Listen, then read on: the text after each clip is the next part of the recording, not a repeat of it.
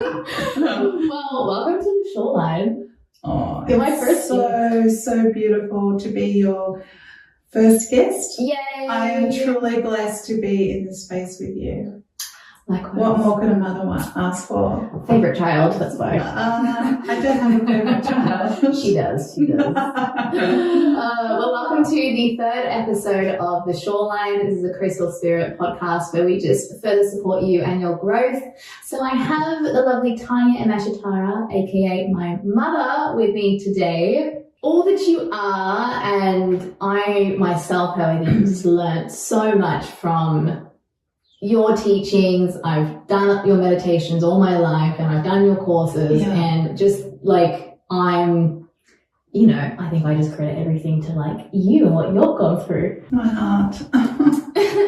I think like there's so much that has like happened to you in your life to like get you to this point. So, but I think it's super interesting. Like there's so many interesting segments and stories. I mean, we could go on for hours delving into. Hours. So we'll try and like cut them down into like, I think really like what made you come into this gift, this awareness. I think that's a really interesting story.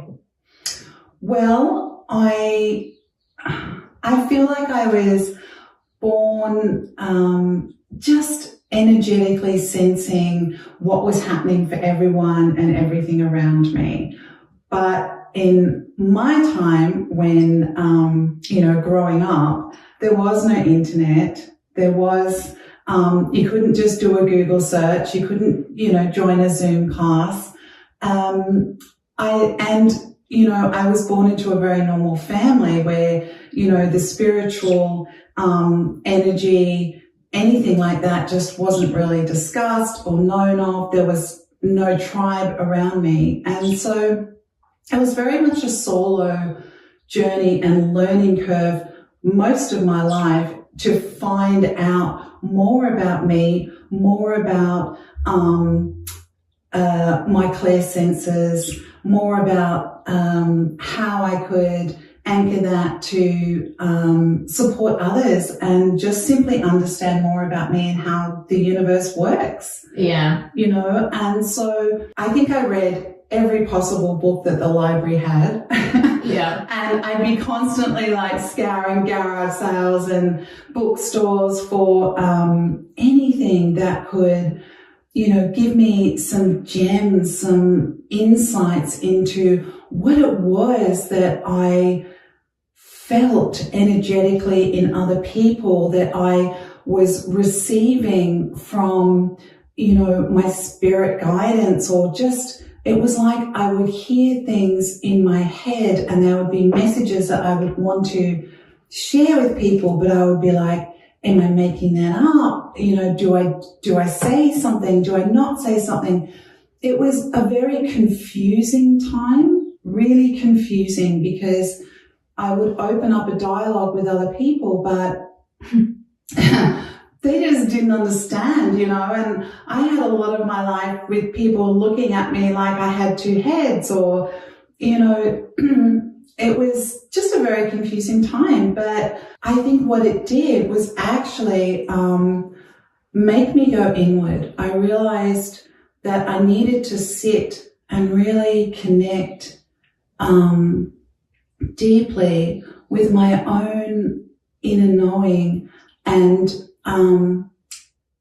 my spirit guidance. And really, I did that very frequently, and I came to understand that my spirit guidance were my greatest teachers.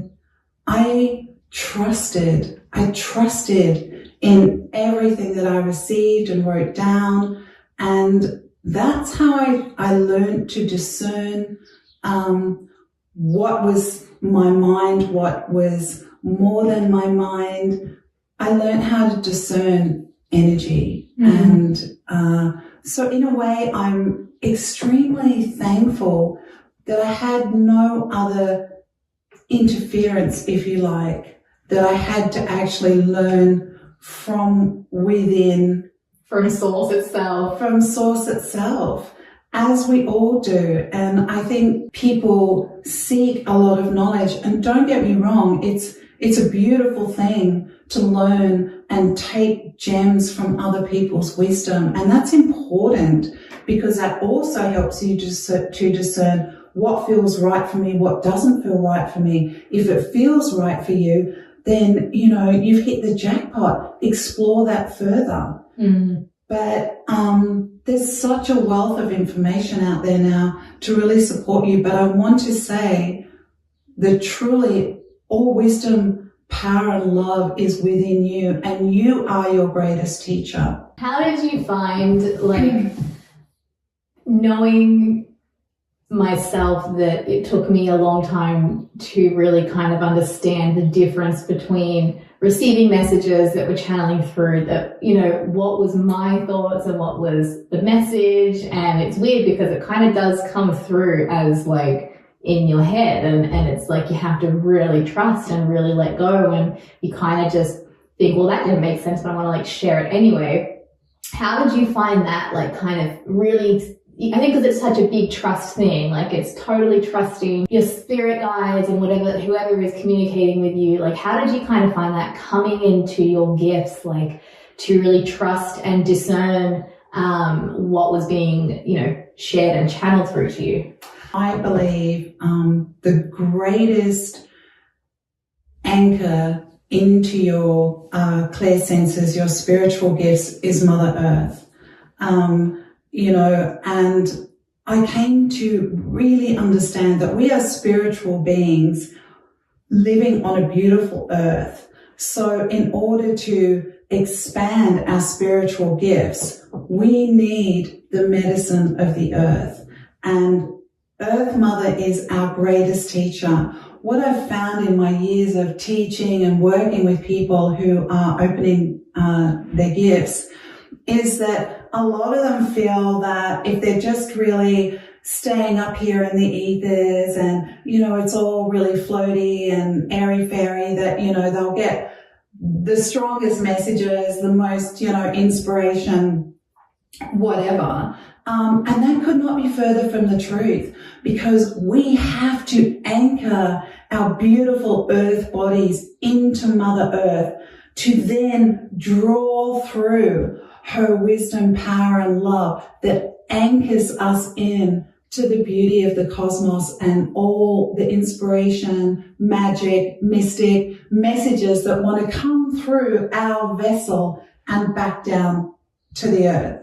So I would say that I believe our most powerful path forward is to know our relationship to the earth. And I found that a lot too. I think from being on the mediumship journey, it really wasn't, I think, until Canada actually that I felt always connected to the ocean and those kind of elements, but it wasn't until I was in Canada that I felt I was actually being connected to a whole new Mother Earth element of the trees, and it's a new energy altogether. But I used to say to everyone all the time, I felt crazy saying it, because I was the trees were literally telling me things, and yes. I would say a random fact to someone one day about a tree, and they're how do you know that? I'm well, they just told me. They became I was really lucky because my backyard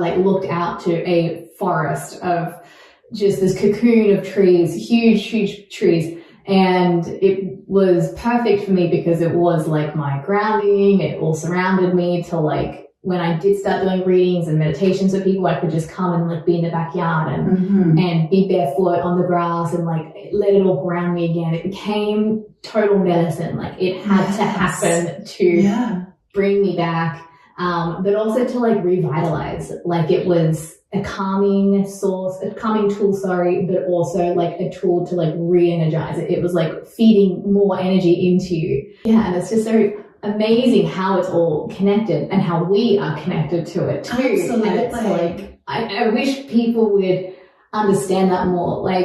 Just something simple as standing barefoot in the backyard, like and trees are like being out in nature is literally like being in a cathedral. You feel sacred. You know, you're standing with these magnificent trees or flowers or the abundance of the earth. So ancient, like they've been around for like so long. Yes. I think this generation that we're coming into, like, it's very amazing to see that they're a lot more open, I think, now. It's like we're coming into a generation time where it's like it's explorative and it's curiosity, and it's like I think people are really wanting to like live their best lives, but like through themselves, not for others. It's coming to like a very like heartfelt.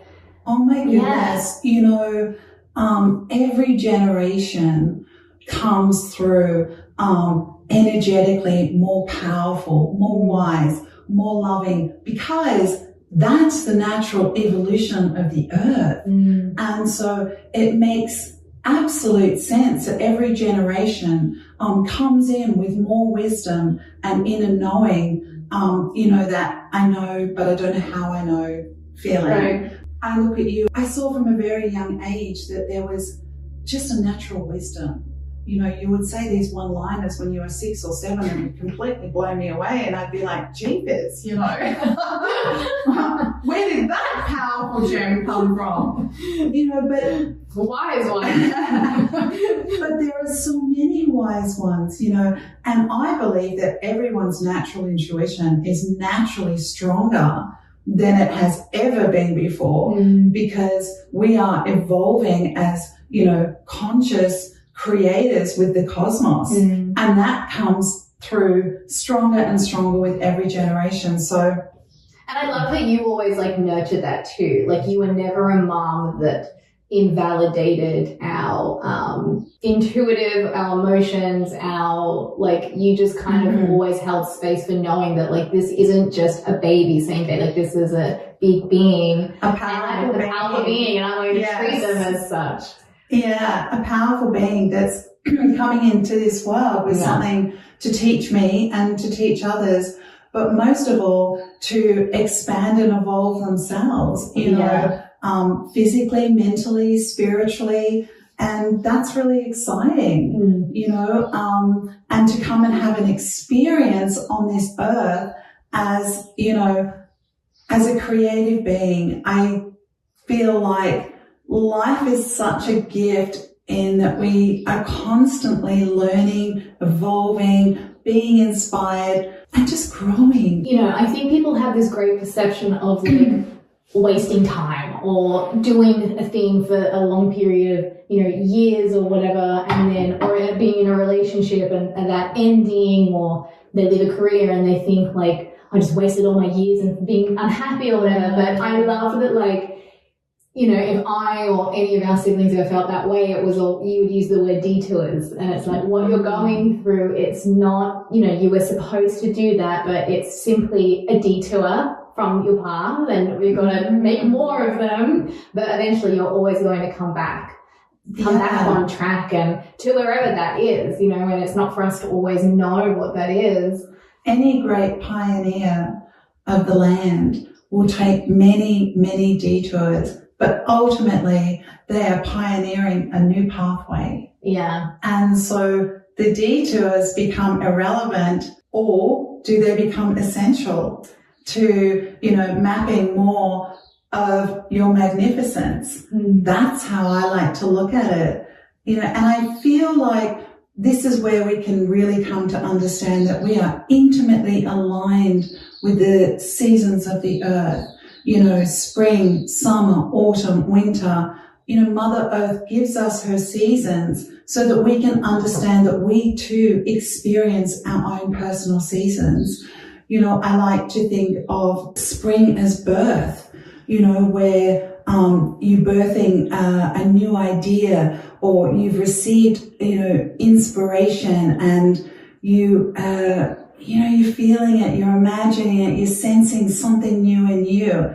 You know, you come into summer, you know, so you're coming into being in full bloom with this beautiful new idea, you know, and it's like you're on fire and you have all this fantastic energy and adrenaline, and you're everything is rocking in your world, aligning with this idea or relationship or new business, whatever it is, and then you'll come into autumn, which I like to call death, because autumn is really where you step into like an old pattern where everything's firing up, and then suddenly that old voice will go, oh, you're not really good enough to do this. I don't know if this relationship is right. Like all those old little patternings, and this is where you actually get to choose, in autumn, to let go of the old leaves, to let go of the old thoughts. A tree won't hold on to dead leaves, and you weren't meant to hold on to your,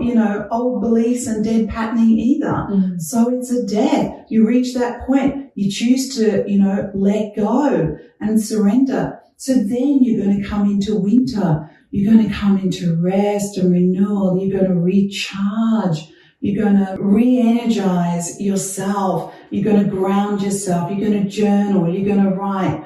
And then you're coming back into spring, because there's a new seed now of greater understanding, and you'll bring that into your path, your picture, your idea, your business, whatever it is, and you'll keep moving. We were not born to be busy 24/7. Yeah. We can't live life in full bloom 24/7.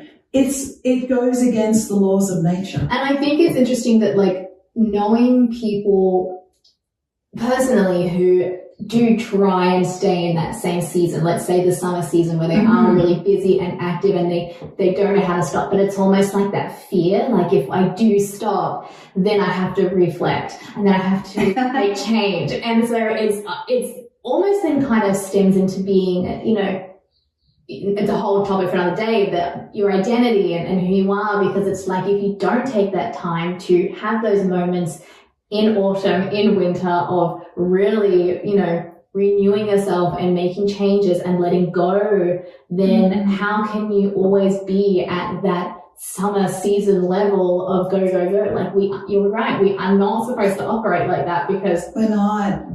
Yeah. And you see people that, like, when they're in that season, meeting with other people who are in a different season, like if that person doesn't really understand or won't allow the letting go and that change of cycle to happen, they don't know how to deal with these people that have that greater awareness and that growth and that change. It is absolutely essential to just allow yourself to be aligned with your seasons in life, and honestly, we can experience 4 seasons in a day, idea, action, whoops, hit into a problem, I'm going to choose a new way. I'm going to actually go into some meditation, have a little reflection. I got it. Yes, boom. So we can have 4 seasons in one day. Sometimes, your winter might be longer, your summer might be longer, but you have to keep in alignment with the cycles and seasons of the earth within yourself. I'm not saying that they exactly align with spring, summer, autumn, winter. No. That is not what I'm saying. I'm saying that Mother Earth offers her seasons as a teacher for you to understand your seasons in life. And ultimately, the biggest learning that she gives us through noticing the cycles and seasons of life is that this too shall pass. All temporary. This too shall pass. And because there is beauty in the pain. Like, I think there's beauty in the surrendering, having a big cry and a let go and a release, like, because that's opening to so much, that's opening to the letting go, to new that can come in, to realizing. And so what would you say to people, like, of all ages really, that are wanting to discover more of their intuitive senses, more like what kind of tools would you say, as simplified as we can, that would, I guess, help them really find that intuition more, tuning into, listening really to what they should be doing? I, number one, would say find what your relationship is to the earth. Find how you feel about the earth beneath your feet. Find out how you feel about the waters of the world, about the sun, about the moon.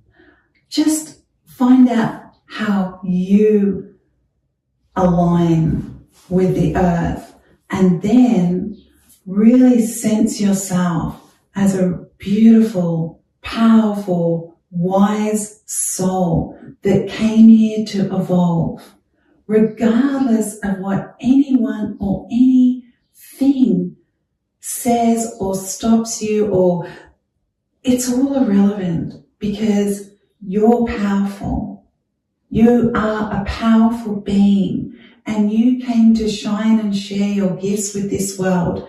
And your gifts are not my gifts, but you have something unique. You know, you are a thread in this exquisite tapestry of life that is less exquisite without your contribution.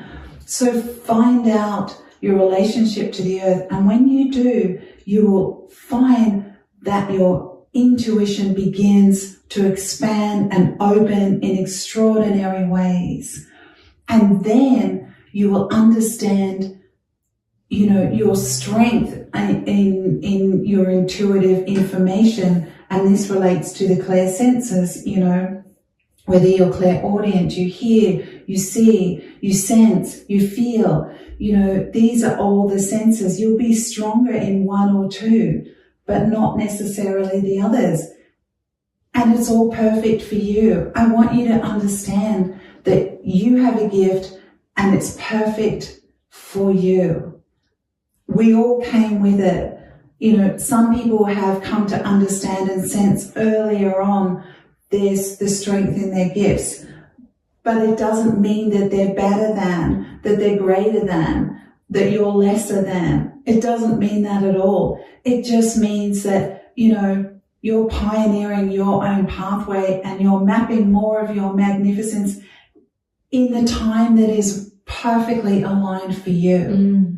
You know, so just allow yourself to be open, you know, and to be open to learning lots, but also discerning, does it feel good for me? Because if it doesn't, toss it out. You know, it's this, we're constantly learning how to discern what feels good. It comes down to how you feel about it. It's so true. I think the intuition, at least for most, it's really like in the womb, and that's where we feel, whether we feel the discomfort or we feel joy, if we're needing, you know, trying to hold on to control. I have found that has definitely been like my best indicator, really, like anytime I'm, you know, making a big decision or a big change, or just even like little small ones too, doesn't always have to be major, like how I feel at the core, how does that actually, like taking a second to think like this is, all right, how is this making me truly feel, not what I am supposed to feel, but what is it, you know, and to me, like that is your intuition. It's true. The greatest gift that you can give to yourself is to listen. To listen. Yeah. To listen. And what's really noticeable in life is that people don't listen to each other. Not really. And it's the people who have really learned to listen to themselves that you notice are great listeners for others, you know. And you can tell a great listener because when you're speaking with them, you know you have their full attention. They are fully present in their power in that moment with you. And so be a good listener. And that power begins by listening to you, to your inner voice. And I know you're going to say, oh, but I sit still and I hear nothing. You know, I can't hear anything. You know, listening is sensing, you know, so like any muscle, we have to flex it for it to strengthen. And listening is no different. Going inward, making that time to sit in stillness and listen to the whisperings of your soul is, that's not a skill that's attained in an afternoon. Yeah. It may be many afternoons. Yeah. But every time that you do that, you will learn something about yourself. Yeah. Giving yourself that grace and that space to unfold in that way and to be patient. Like, this is not something that, like anything, I think, and tapping into any sort of, it's a way of self-mastery, really. And this is a great year to do it. We're in the self-mastery year to really, and I think what I found that helped me do this and tap into my intuition a lot more was absolutely journaling. Mm-hmm. And I used to really despise journaling. I don't know why. I think I just did.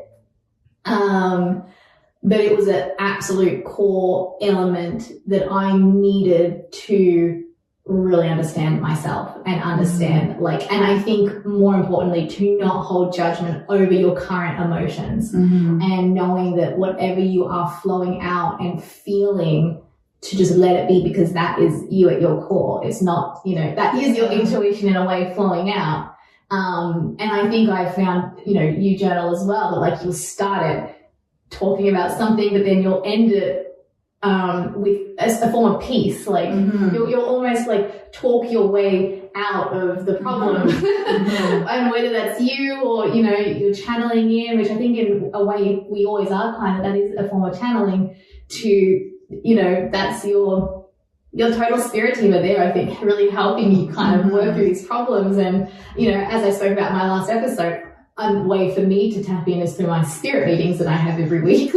So that's me vocally expressing, which is another way to do it. But at the end of the day, no matter what you do, it just comes back to how do you feel doing it and how you're feeling, processing whatever it is that you are processing, which ultimately helps. Yes. And I think,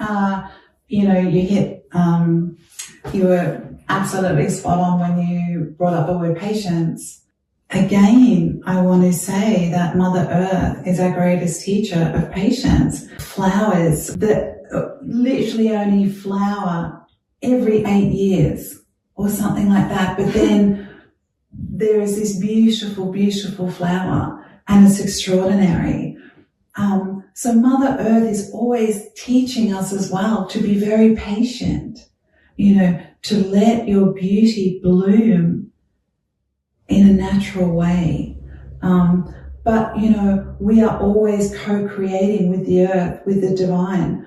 We are the co-creators. So it doesn't mean we sit back and just wait for the bloom to happen. It means that we support the beauty of the bloom by journaling, by, through gratitude, by, through meditation, through whatever flows and resonates for you.